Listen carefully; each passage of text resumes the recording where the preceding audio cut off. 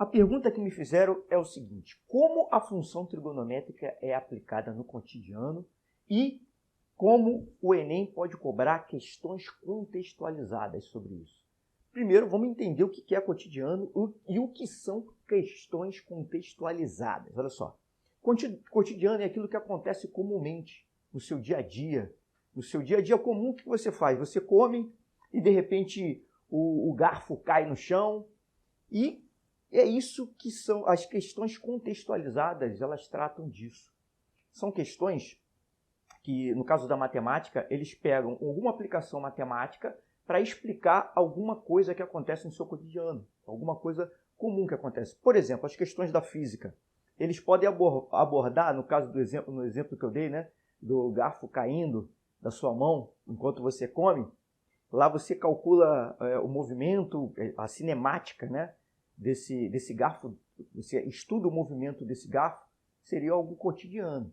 E no caso da matemática, existem várias aplicações que podem ser feitas no cotidiano. E aqui a gente vai abordar como isso acontece com as funções trigonométricas. Então, olha só.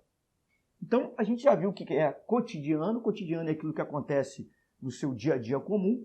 As questões contextualizadas, elas abordam justamente isso. É o tipo de questão que o Enem realmente gosta. E aqui agora a gente vai falar um pouco sobre coleta e análise de dados antes da gente entrar nas funções trigonométricas propriamente ditas. Por que eu quero falar sobre isso? Pelo seguinte, olha só. Muita gente não entende o porquê de estudar uma função trigonométrica nem para que ela serve. Então, olha só. Isso aqui é um exemplo de uma coleta de dados. Esses pontinhos em azul aqui são os dados que você coletou a altura de um determinado objeto, de um móvel ou de um passarinho que seja, ao longo do tempo. Então, olha aqui, ó, esses pontos são os pontos que você mediu, né? Aqui, ó, nesse intervalo de tempo aqui, ele tem uma determinada altura. No intervalo de tempo maior, ele tem uma outra altura. Então, isso daqui, ele pode ser aproximado para uma reta. Aí você pensa assim, ó, isso aqui é uma função afim.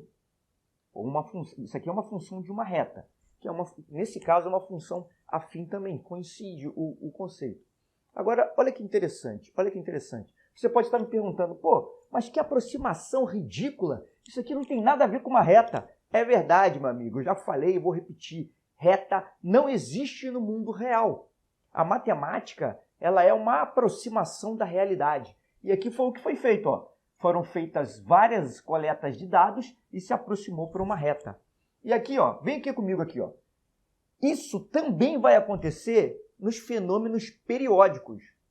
Se eu quero analisar um determinado fenômeno periódico, o que é isso? O que é um fenômeno periódico? O que é o fenômeno periódico que dá origem às funções periódicas?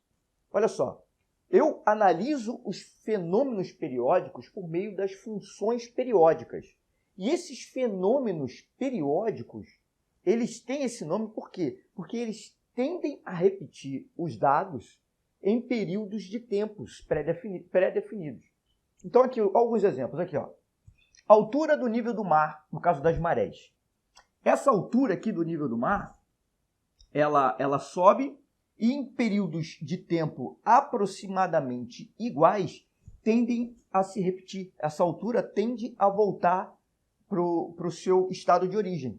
Assim também acontece, ó, com a altura de um assento de uma roda gigante, que aliás o Enem gosta disso aqui. Isso aqui já caiu até no Enem, utilizando funções trigonométricas.